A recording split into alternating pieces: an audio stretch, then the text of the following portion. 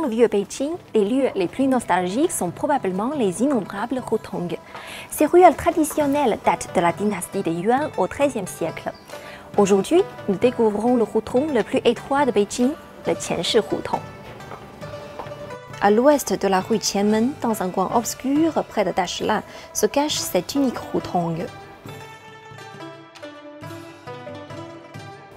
Le Qianshi Hutong a une longueur totale de 55 mètres. Sa largeur en moyenne ne mesure que 70 cm et l'endroit le plus étroit n'est que 40 cm. Si deux personnes veulent passer en même temps, il faut qu'elles marchent de profil. Sur le côté ouest de la ruelle, cet abri en bois bien préservé était la salle officielle des échanges financiers il y a plus de 100 ans, d'où le nom Qianshi qui signifie le marché monétaire. Sous la dynastie de Qing, les deux côtés du Qianshi Hutong étaient des ateliers de fusion et de coulée de métaux précieux approuvés par le gouvernement de l'époque. Ces cours carrés que l'on voit étaient destinés à cet usage.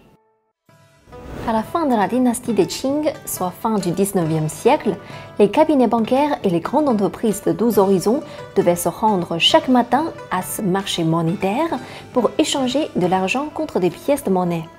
Après la création de la République de Chine au début du XXe siècle, ces bâtiments ont été transformés en cabinets bancaires. Mais pourquoi le Qianshi Hutong est-il si étroit? Il y a deux explications. La première est que le cabinet bancaire dans ce hutong ont élargi leurs bâtiments et occupé les passages publics. Une autre explication est que cette ruelle avait été construite aussi étroite pour empêcher les cambriolages. À l'époque, l'argent était déposé au sous-sol des cabinets bancaires. Même si vous savez utiliser le kung-fu, vous ne pouvez pas sortir de cette ruelle avec de grands sacs d'argent. Le Qianshi Hutong sera dans un proche avenir transformé en musée.